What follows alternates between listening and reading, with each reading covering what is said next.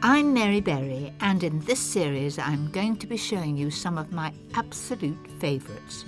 Not too difficult to make, not too many ingredients, and the sort of recipes that the family are going to say, ooh and ah, and please can we have them again? These favourites have been inspired by the places I love. The countryside, by the sea, markets and gardens. And of course, my home. I'll be sharing with you some brand new ideas and some recipes that I never ever tire of. Tonight, You're enjoying it, aren't you, darling? it's my favourite dishes inspired by my family.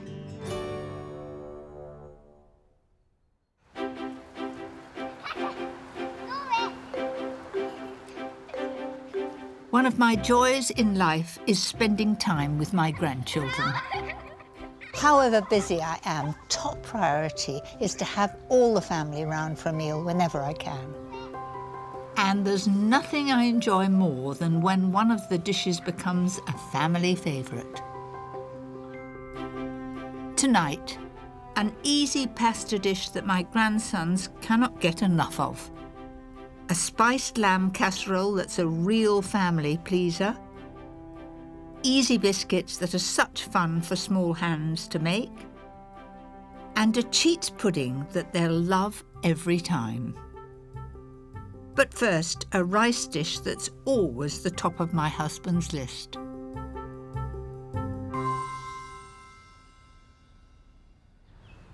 My husband Paul's absolute favourite is Malaysian fried rice. He would have it every day of the week, and I bet that he'll be popping in when he smells it, because you get that wonderful aroma from all the spices.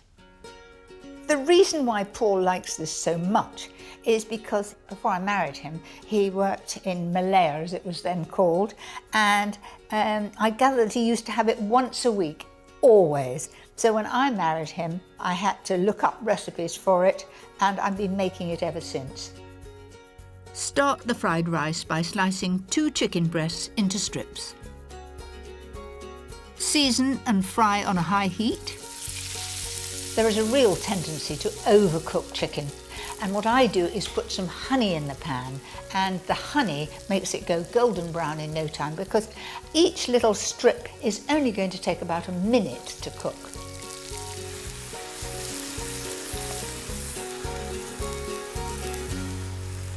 That has been cooking fast. I'm going to turn it over now, and you've got a nice bit of brown. Look at it. That's what I wanted. Doesn't that look tempting when it's a gorgeous golden brown colour? I'm going to just tip that out on the plate. Now for the vegetables, add 2 large chopped onions to the same pan. I'm going to put a lid on that and let it partly fry, partly cooked. Roughly chop a red pepper and crush 3 cloves of garlic. Bit of brute force. Fry for 5 minutes and then add 200 grams of sliced button mushrooms. I can mix all those together. Now the spices that go in. I've got some mild chili powder here, and I've got some curry powder. You can buy a mixture of Malaysian spices to make this, but I just use curry powder because that's what I've got on my shelf. So I'm going to have half a teaspoonful of mild chili powder, and then a level tablespoonful of the curry powder. It's at this stage that if the doors are open in the house and you get that sort of spicy smell, Paul comes around the corner and just wonders what I'm up to. I wouldn't change my husband for the world, but in the kitchen, he doesn't become involved. If I'm poorly, which is so rare, he can do 2 things, boil eggs and make an excellent omelette. Now, even then we argue about the omelette, because he said his French godmother taught him to put milk in the omelette, and I always put water. So I don't think we'd be very compatible in the kitchen. I think I like being there and just having him come in to enjoy it. I've already cooked 250 grams of long grain rice with 150 grams of frozen peas. Now it's cool, I can add it to the mix. It'll fry and become crispy if it's cold. If it's warm, it'll be soggy. So cold rice, cold peas, give it a good fry. Mix it all together, add 4 tablespoons of soy sauce and fry on a high heat until it's lovely and crispy. Put the chicken on the top to warm through and fry 1 egg for each person who's eating. That's it, it's ready. Didn't take many moments. So I'm going to stir in the chicken.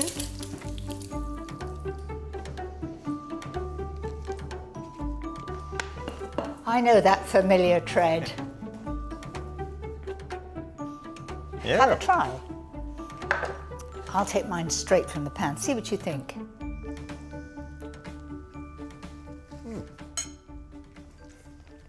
Delicious. This is very, very nice. Good. Well up to the standard, I would say. Tuck into the rest. Right. And I'll pinch more from the pan. Okay. So I do hope that you'll have a go at home. It's our great family favourite, and I hope it'll become one of yours.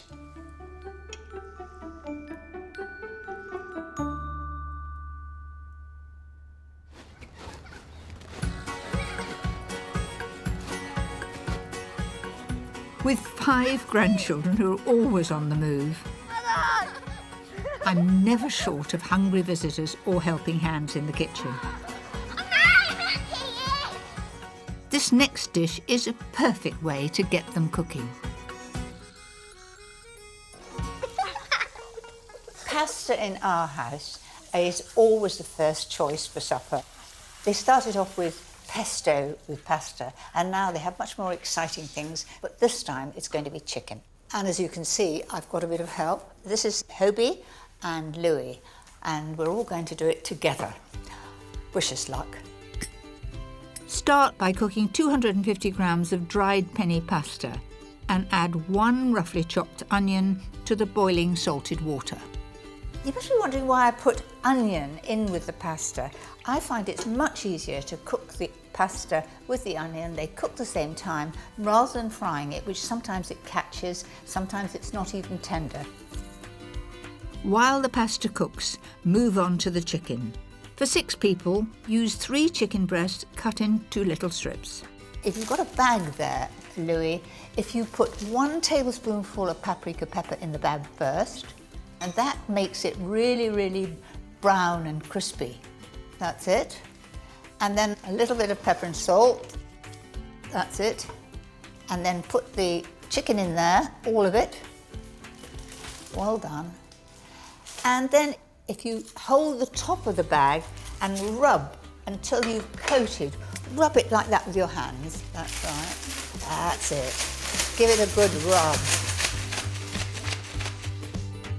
Heat 1 tablespoonful of oil and in goes the coated chicken.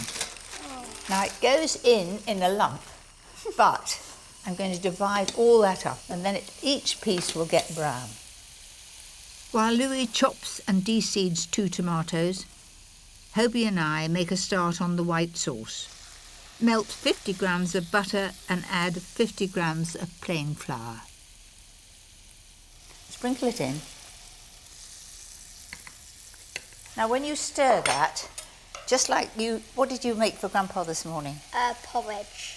And you were stirring it with that, so Preparing. left hand on the pan to steady it and just stir it to start with. Now add 750 ml of hot milk in 2 lots. That's right. Now would you say that was getting smooth? Kind of. Kind of. I think that's pretty good. Add most of 100 grams of parmesan to the pan. That's it, and we'll keep that for the top. And then 1 teaspoon of Dijon mustard, So all of it or half? Just 1 level one. That's it, in it goes. Give that a bit of a stir. finally season, then add the cooked pasta and onion. Pour half the mix into a 3-pint buttered oven-proof dish. Then we're going to put the chicken in. I'm going to do that in one layer like that. Then all the rest of the pasta over the top, and well done. It's not a bit burnt on the bottom. You stirred it all the time. That's it. Sprinkle the rest of the cheese and the chopped tomatoes on top. That's still warm, so I'm going to put it in the oven at 200 degrees fan, and it'll be all bubbling and crispy on top in about 20 minutes. How about going out and having a bit of a play till it's done?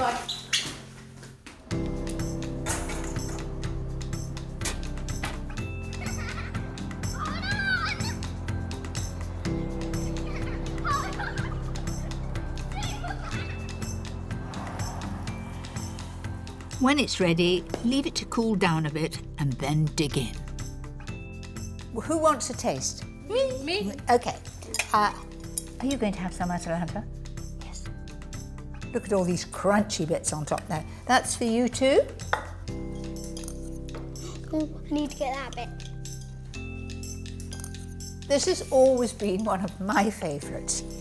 I think it's going to be one of their favourites too.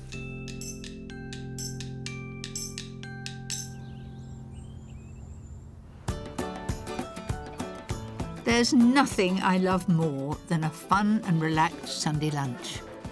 With 3 generations around the table, there's always plenty to catch up on. Wow, what have we got here? Mashed potato. Mashed potato. Family meals really mean time when everyone can stop what they're doing and just be together. It just gives us all a chance to have a good chat, talk about what's been going on in the day, and I love it. I love weekends when we're all there too. I can taste the flavour, yes! I love my granny's cooking because she never overdoes it or never underdoes it. And it's always really yummy. I love coming to Granny's to have a meal with all my family. And I like Falling over. eating all the food. You're enjoying it, aren't you, darling? Look at Hobie, he's away. My next recipe is a fantastic alternative to the Sunday roast, and always has them coming back for more. It's a great family dish. It's aromatic. It's also spicy, but not too hot. To feed 6, use 1 kilo of lamb neck fillet cut into small pieces. Coat with 2 tablespoons of ground cumin and 2 tablespoons of ground coriander. Then just turn the meat in those spices. Heat 2 tablespoons of oil and start browning the meat. With this much, it's best to do it in 2 batches. Now just look at that, a gorgeous golden brown colour. Now that takes time, but keep a single layer in the bottom of the pan, keep turning it. That's it. Then I'm going to put a little more oil in there, only a little, just enough to stop it from catching the bottom. Add 2 sliced onions and around a tablespoon of freshly grated ginger. Give that a good stir. Now looking in the bottom of the pan there, you see that the onions have in fact cleaned all that lovely brown, crusty bit of flavour, and it's now on the onions. Now I'm going to add the other ingredients.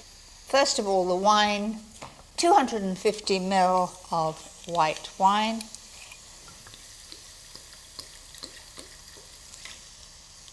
Exactly.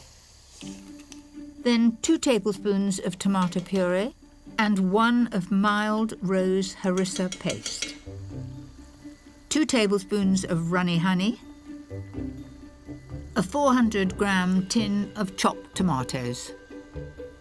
Season and add the zest of a whole lemon and the juice of half. So there's the meat all beautifully brown, and if there's any of the little bit of juice in the bottom, that'll go in too. Give that a good stir. Gosh, doesn't that look good? Beautiful lamb and all those spices and tomato. On with the lid. So that goes in the oven at 140 fan for about 1.5 hours, just until it's tender.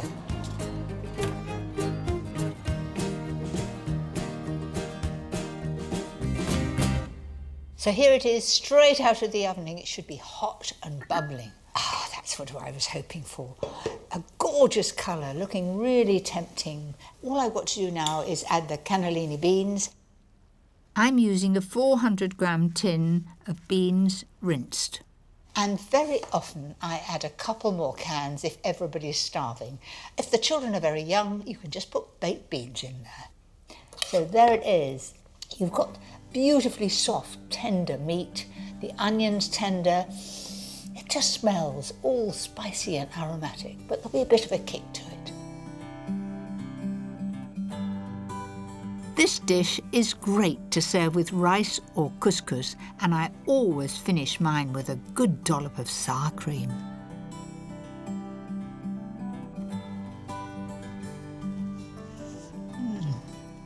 That is so good. Do you know, the sour cream really makes it, because it's a little spicy and a little bit on the hot side, and that cools it down. It's just lovely.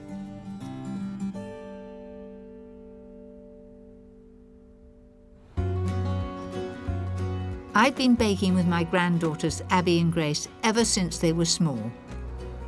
And this is a simple biscuit recipe with a great twist that I know they will love.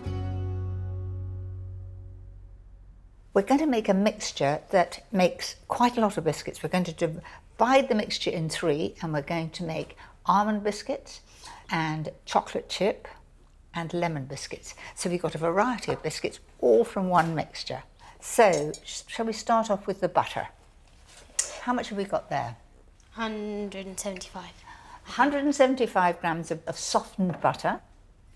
Then 175 grams of flour. That's it, no sieving either. And then 75 grams of caster sugar. And to give the biscuits a little bit of crunch, 75 grams of semolina. Now mix it all together.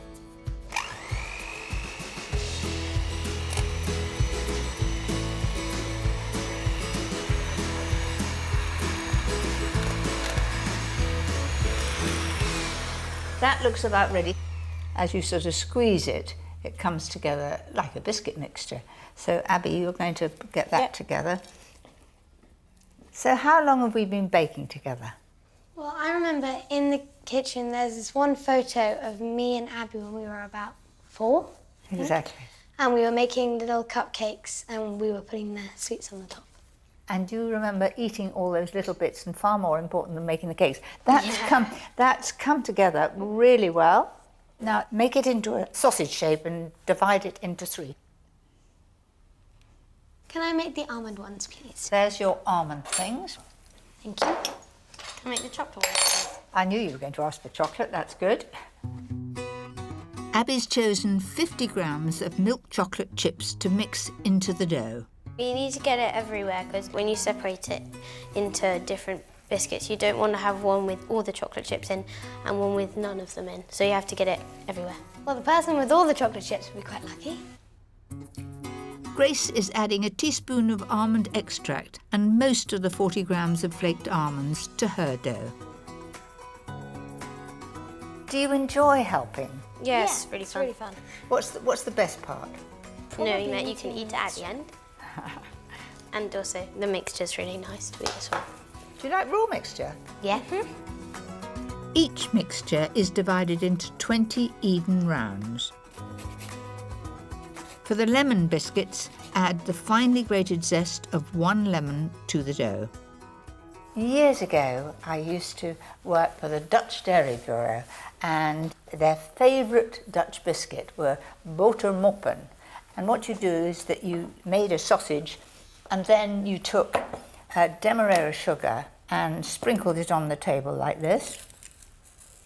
Then all you do is you roll that in it So if you can imagine, if you cut slices from this, you'll get a lovely crunchy outside. Wrap it in cling film and put it in the fridge to firm up. Put the rounds on baking trays lined with non-stick baking parchment. For the almond biscuits, gently press the balls flat and top with a few flaked almonds.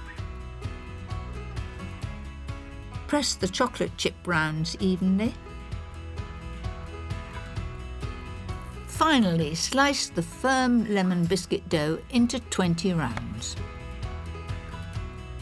Would they last long in your household? No way. Dad would eat them.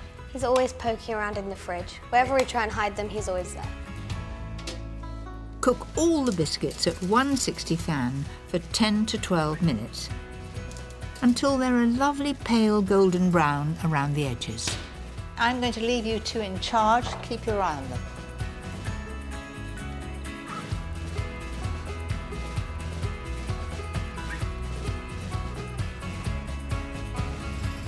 Granny, we think they might be ready. Oh, good. I'm coming. Let's have a look then. They look ready. You're absolutely right. There we are.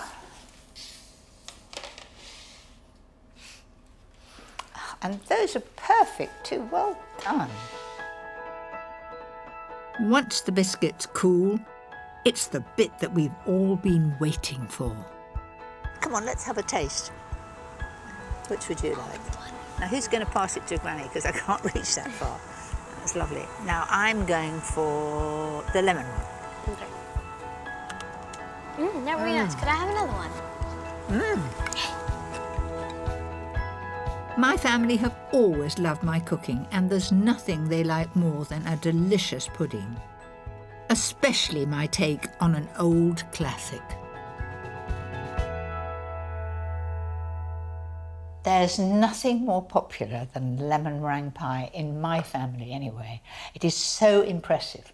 But I've got a cheats one. It's using a crumb crust and it's so simple to make. For the crust, add 12 crushed digestives to melted butter. I like a little sugar in that, and I'm going to use some demerara sugar, about a tablespoon. That's it. Then you just mix that together. It's also simple. I mean, some of the crumb crusts I use ginger biscuits, but for lemon meringue pie, it has to be digestive. Pour the mixture into a 23 centimetre, 8-inch flan dish. And then just level it in the middle and work it round the sides. I really enjoy this crumb crust, and I find I make it so often because it's so easy. You know, I do think twice about if you've got to make a pastry, bake it blind, all takes time, but this is really very, very quick. There's my crumb crust, done, finished. Put it there, just ready to have the filling in. Add 1 394-gram tin of full-fat condensed milk. They used to be in tubes when I was a child, and you used to have this tube and take it out like toothpaste. It was absolutely delicious. Add 3 egg yolks. I'm just going to combine that for a moment, and then it gets this lovely colour. Next, you'll need the zest and juice of 2 lemons. You know, this is a real showstopper. Anything with meringue, my lot absolutely love. You know, we've often had it for a birthday pudge, you know, just putting sparklers in the top and walking in with it. It all makes it very, very special if it's a birthday. And so add the lemon juice, and you'll notice instantly it's beginning to get thick. Can you see? It's almost like magic.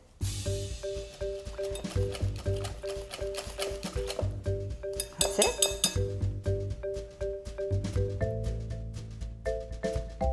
Just level it right into the edges like that. Leave it in the fridge to set and start making the meringue. Whisk 3 egg whites on full speed until stiff.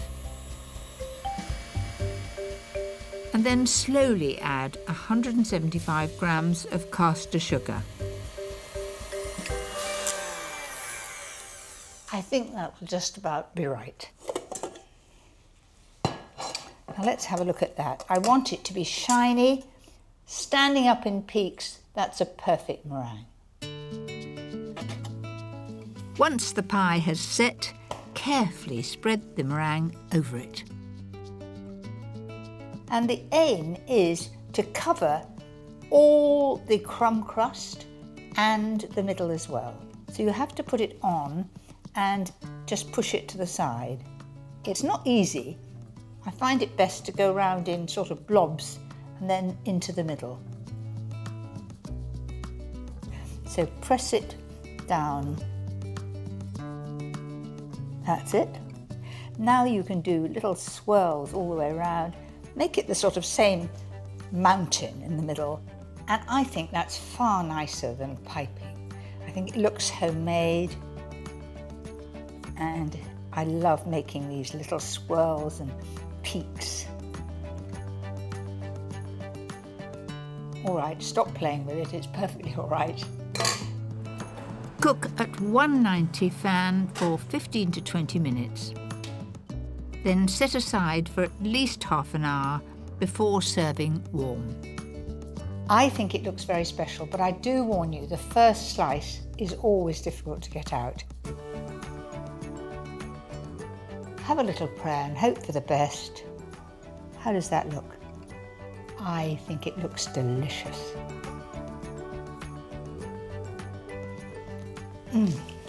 Oh, so good. I think everybody's going to enjoy that. Who's got room for my favourite pudding? So there you have it. Wow. Tom, you won't want any of this. No. Recipes to bring your whole family together. Is that meringue? This is meringue.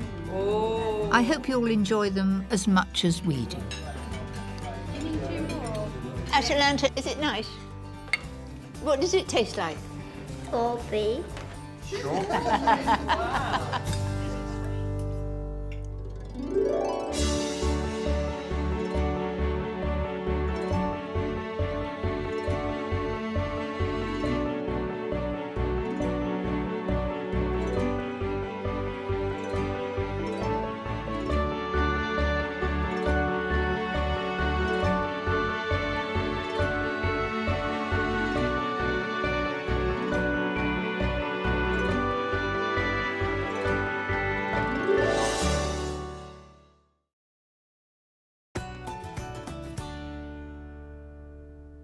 It's a great family dish. It's aromatic. It's also spicy, but not too hot. To feed 6, use 1 kilo of lamb neck fillet cut into small pieces. Coat with 2 tablespoons of ground cumin and 2 tablespoons of ground coriander. Then just turn the meat in those spices. Heat 2 tablespoons of oil and start browning the meat. With this much, it's best to do it in 2 batches. Now just look at that, a gorgeous golden brown colour. Now that takes time, but keep a single layer in the bottom of the pan, keep turning it. That's it. Then I'm going to put a little more oil in there, only a little, just enough to stop it from catching the bottom. Add 2 sliced onions and around a tablespoon of freshly grated ginger. Give that a good stir. Now looking in the bottom of the pan there, you see that the onions have in fact cleaned all that lovely brown, crusty bit of flavour, and it's now on the onions. Now I'm going to add the other ingredients. First of all, the wine, 250 ml of white wine.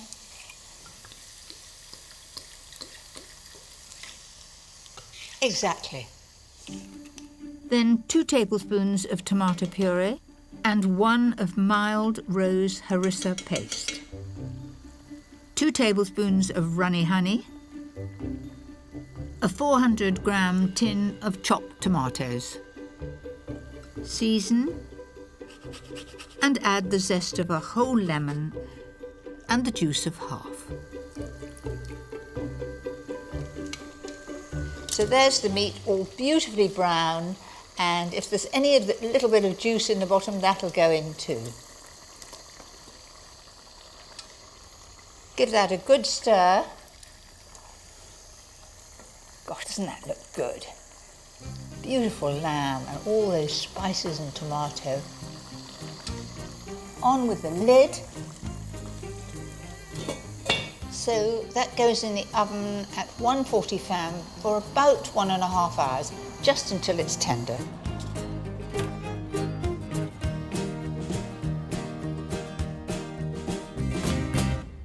So here it is, straight out of the oven. It should be hot and bubbling. Ah, that's what I was hoping for. A gorgeous colour, looking really tempting. All I've got to do now is add the cannellini beans. I'm using a 400-gram tin of beans rinsed.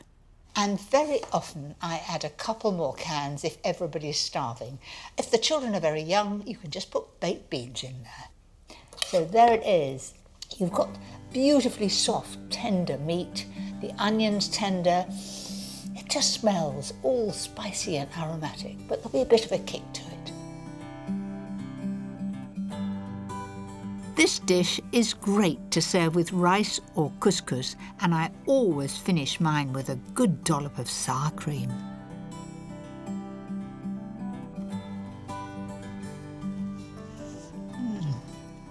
That is so good. Do you know, the sour cream really makes it, because it's a little spicy and a little bit on the hot side, and that cools it down. It's just lovely.